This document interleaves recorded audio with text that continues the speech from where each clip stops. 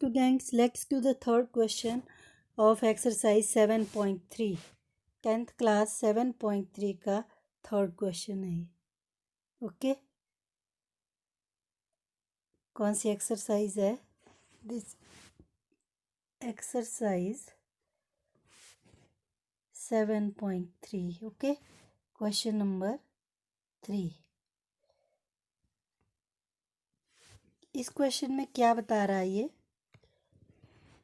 एक त्रिभुज, क्वेश्चन क्या कह रहा है उसको समझिए.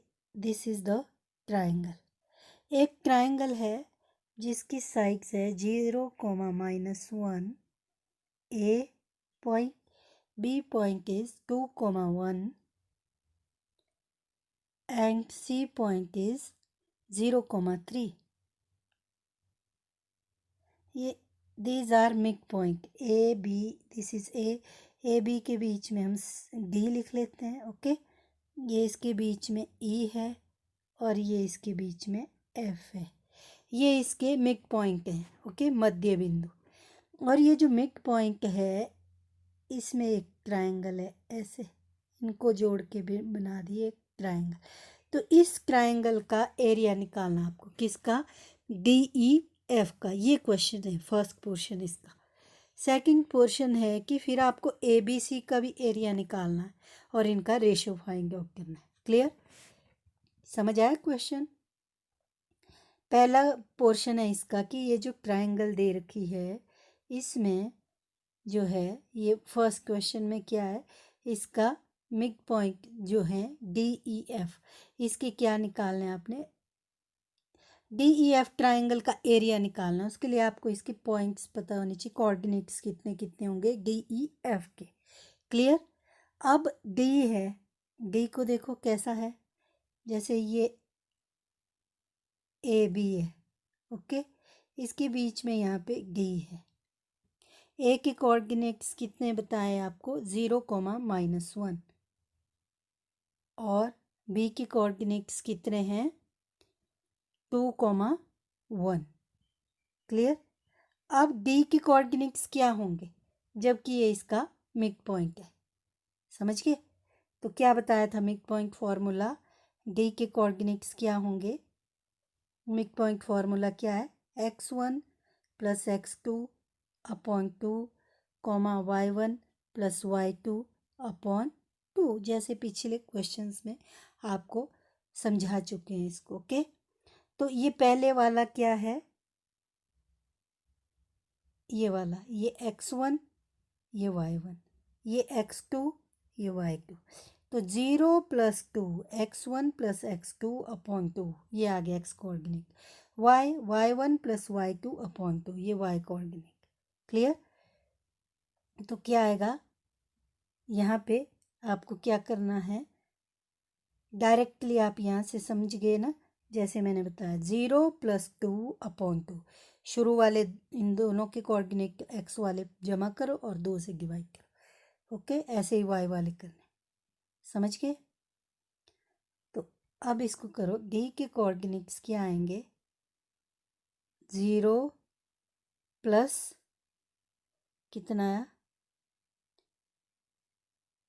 x2 अपॉन 2, कॉमा y1 कितना है? -1 + 1 अपॉन 2. तो ये क्या कोऑर्डिनेट्स आ गए फिर? 0 + 2 कितना होता है? 2 अपॉन 2. और -1 + 1 कितना होता है? 0 अपॉन 2. क्लियर?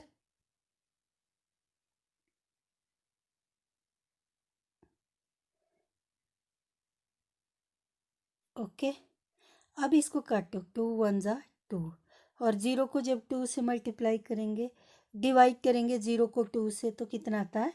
सबको पता है 0 ही आएगा. तो डी के कोऑर्डिनेट्स क्या होंगे? जब ये काट दिया हमने दोनों को तो कितना बचा यहाँ? 1. और जब 0 से 2 से 0 को डिवाइड किया तो कितना है? 0. तो ये डी के कोऑर्डिनेट्स आ गए 1, 0. इसी तरह से आप ई और एफ के कोऑर्डिनेट्स निकालेंगे. ओके, दिस पॉइंट इज ई, इसके coordinates this plus this upon 2, this plus this upon 2. ऐसे ही एफ के एफ के भी कैसे निकलेंगे, इसी तरह से। यहाँ को this plus this upon two, this plus this upon two, जिन दो के बीच में है उनके एक्स एक्स कोऑर्डिनेट जोड़ दिए, 2 से डिवाइड कर दिए, और वाई वाई जोड़ दिए, 2 से डिवाइड कर दिए। क्लियर। ऐसे ही हमने एफ और ये निकालना है। क्लियर हो गया। क्या आ गया बीच में, ओके। नाउ अब हम ई के निर्देशांक निकालेंगे, तो क्या आएगा, x1 कितना है, इसके x1 कितना आया,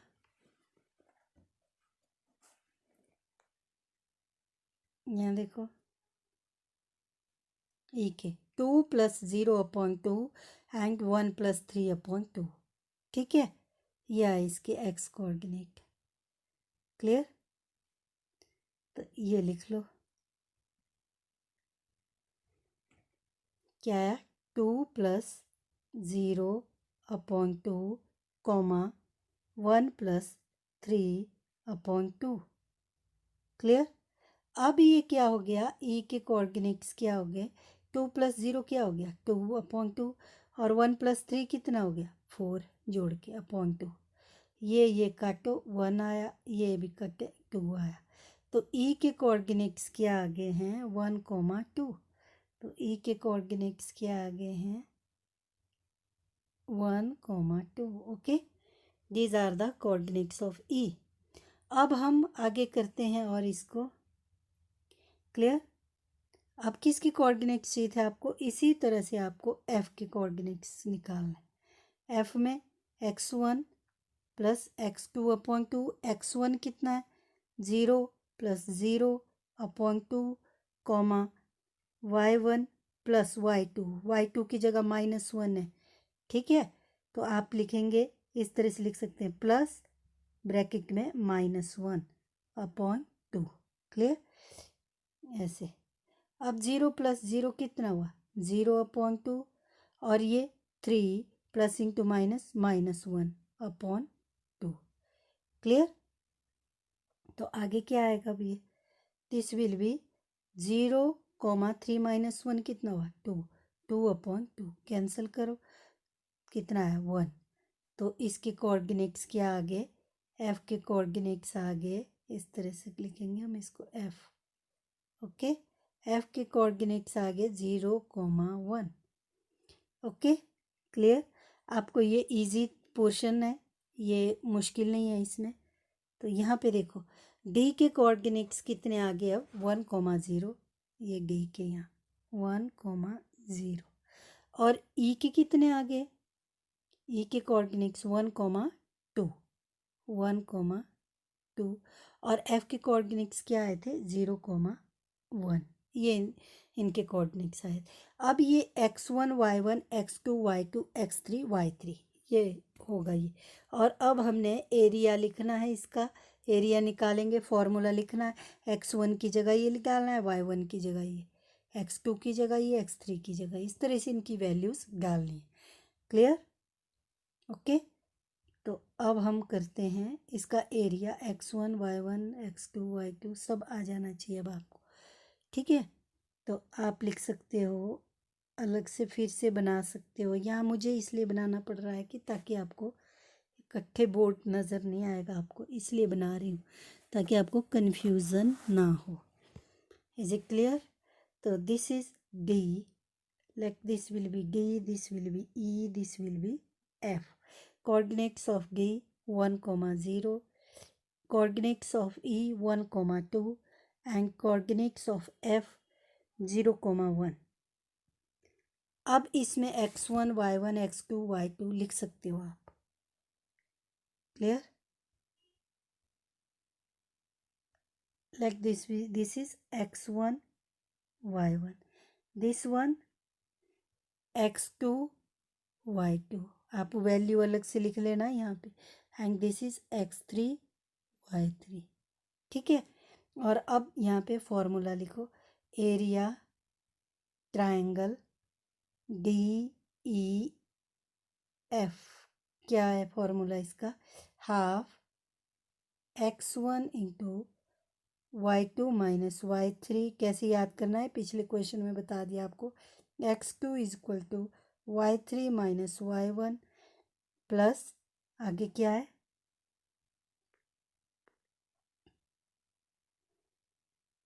x3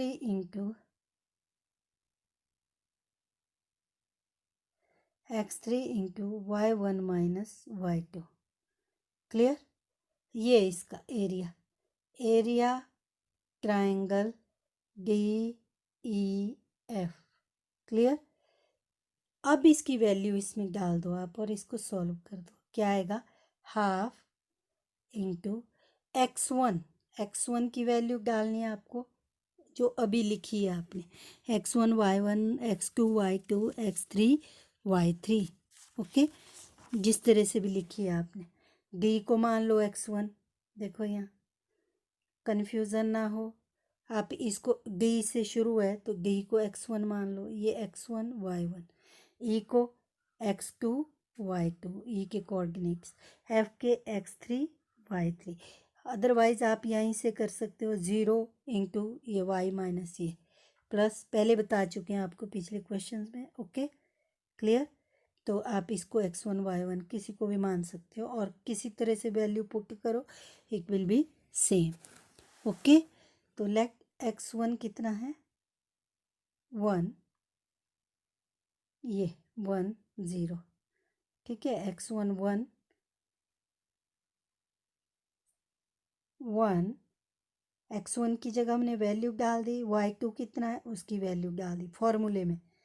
ठीक है, ये फॉर्मूला देख लो, इसमें वैल्यू डालनी हमने, वो x1 y2 minus y3 this one plus x2 y3 minus y1 plus x3 y1 minus y2। Clear. Then it will be equal to half 1 into 2 minus 1 1 plus 1, समझ आ रहा है ना, एक ब्रैकेट उतारा, दो में से एक प्लस 1 1 माइनस 0 1 प्लस 0 0 माइनस 2 कितना बचा -2। Clear. Then it will be equal to half 1 into 1 1 plus 1 into 1 1 minus 0 into 2 कितना है 0। ठीक है, तो ये हाफ 1 प्लस 1 कितना हो गया 2, ब्रैकेट के अंदर 2। इसका मतलब हाफ इंटू 2, यही मतलब होता है ना इसका, ब्रैकेट का मतलब मल्टीप्लाई होता है ना, तो 2 2 कैंसल, तो this will be equal to 1।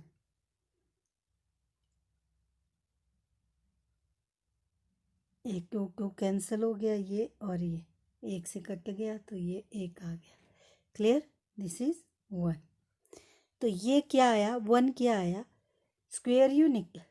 Hindi में लिखेंगे लिखते हैं हम वर्ग मात्रक, और इंग्लिश में लिखते हैं यूनिट स्क्वायर और मात्रक स्क्वायर, ऐसे भी लगा सकते हैं वर्ग स्क्वायर को निशान ऊपर। ठीक है, अगर लिखना नहीं तो ये निकाला था हमने DEF का एरिया। अब किसका निकालेंगे हम, अब निकालेंगे हम इसका ABC का,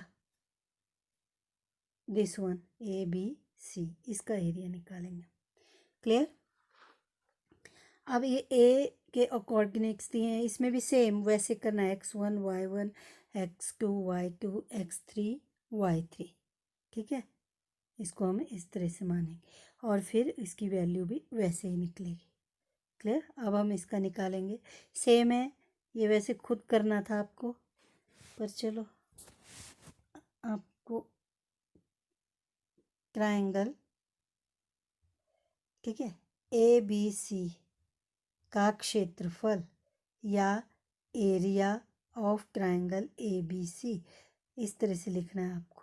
अब इसमें फॉर्मूला लिख लेंगे पहले, ठीक है, और वैल्यू पुट करेंगे, half x1 y2 minus y3 plus x2 y3 minus y1। कैसे याद रहेगा, ये पिछले क्वेश्चन में आपको समझा दिया है, x3 y1 minus y2। Clear.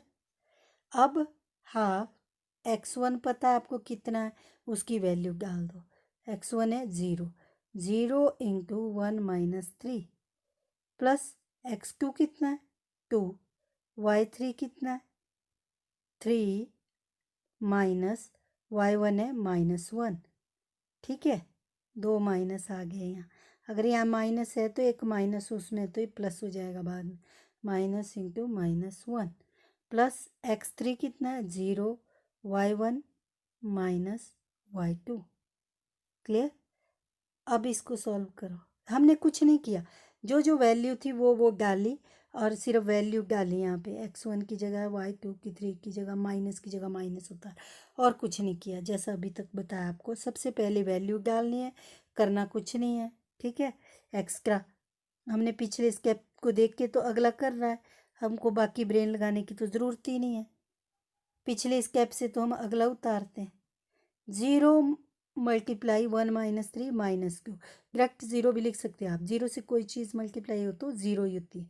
Plus 2 into 3 minus into minus क्या हो गया +1, प्लस यहाँ भी वही है 0 इंटू -2, या डायरेक्ट 0 लिख लो, क्योंकि 0 से कोई चीज़ भी गुणा हो रही हो तो वो 0 ही होती है। Okay, then it will be equal to half 0 गुणा ये 0 प्लस 2 इंटू कितना है 4 प्लस 0 इंटू कितने 0, तो ये हो गया हाफ इंटू 0 प्लस 2 चौके 2 4 ज़ा 8 प्लस 0, तो 0 प्लस 1 प्लस 0 कितना हो गया 8, हाफ ब्रैकेट में 8।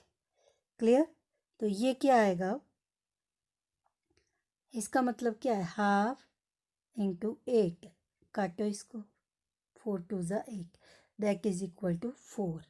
तो क्या आएगा, हमेशा एरिया काय में आएगा घात 2 में, या हिंदी में लिखना है तो मात्रक घात 2। हिंदी वाले भी इंग्लिश में लिख सकते हैं जिनका हिंदी मीडियम है। ठीक है, या वर्ग मात्रक। क्लियर। तो ये हमने एरिया निकाल दिया दोनों का। अब क्या मांग रहा था इन दो का, रेशो। रेशो का मतलब किस किस का रेशो, किस किस का अनुपात मांग रहा था। त्रिभुज DEF का जो एरिया है, एरिया बाहर लिखना, रेशो किसका एरिया, या पूरा लिख लेना इतने का क्षेत्रफल, त्रिभुज ABC।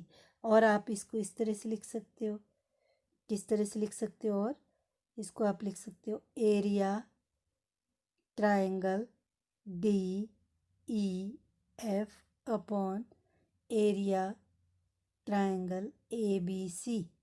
हिंदी में लिखना है तो लिख सकते हो त्रिभुज DEF का क्षेत्रफल बटा का अनुपात किसके साथ है, त्रिभुज ABC का क्षेत्रफल।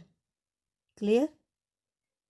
ओके, अब इसका एरिया कितना आया था, DEF का कितना था 1 और इसका कितना था 4, तो आपका आंसर ये आ चुका है। दिस इज योर आंसर, और you may right 1:4। Okay, I think अब आपको ये समझ आ चुका है। मुझे ऐसा लगता है कि आपको समझ आ गया। ठीक है, ये था, यहाँ से देखो, ये ऐसे है, यहाँ से रख के देखो इसको, इस तरह से आपने इसको सॉल्व करना है। त्रिभुज ABC, ये इसके मिड पॉइंट थे DEF, फिर x1 + y2 इस तरह से निकाला, D की वैल्यू निकाल दी, E की निकाल दी, F की निकाल दी मिड पॉइंट फार्मूला से, फिर इस त्रिभुज का क्षेत्रफल निकाल दिया फार्मूला लिख के वैल्यू डाल के, फिर ABC का क्षेत्रफल निकाल दिया। In this way you have completed the question. Please subscribe the channel. Okay.